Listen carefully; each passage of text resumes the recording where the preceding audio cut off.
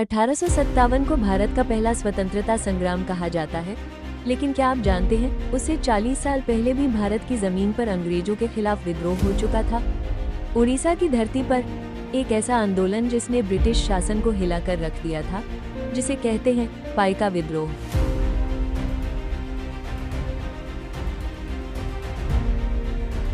पाइका उड़ीसा के परंपरागत योद्धा थे। वे न सिर्फ योद्धा थे बल्कि जमींदार और किसान भी थे।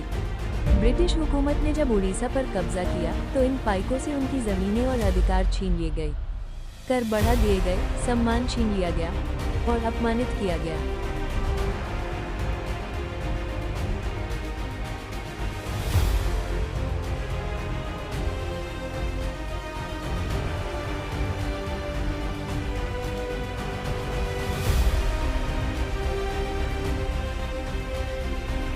इसी अन्याय के खिलाफ आवाज उठाई बख्शी जगबंधु विद्याधर महापात्र राय ने। वे गजपति राजाओं के सेनापति थे। जब उनकी खुद की जमीनें छीनी गई तो उन्होंने विद्रोह का बिगुल बजा दिया। 1817 में खोरदा से यह विद्रोह शुरू हुआ। हजारों पाइक योद्धाओं ने अंग्रेजी चौकियों पर हमला किया, सरकारी दफ्तर जलाए और ब्रिटिश अधिकारियों को खदेड़ दिया। यह आंदोलन पुरी, कटक, गंजाम जैसे जिलों तक फैल गया।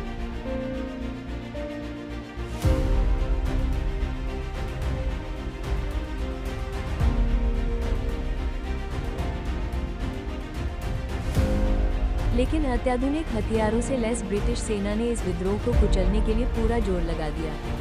कई वीर पाइक मारे गए, हजारों को कैद किया गया। बख्शी जगबंधु कई वर्षों तक जंगलों में छिपते रहे और 1825 में उनका निधन हो गया। पाइका विद्रोह भले ही असफल रहा, लेकिन इसने भारत के स्वतंत्रता आंदोलन की नींव रखी। 2017 में भारत सरकार ने इसे भारत का पहला स्वतंत्रता संग्राम मानते हुए 200वीं वर्षगांठ मनाई।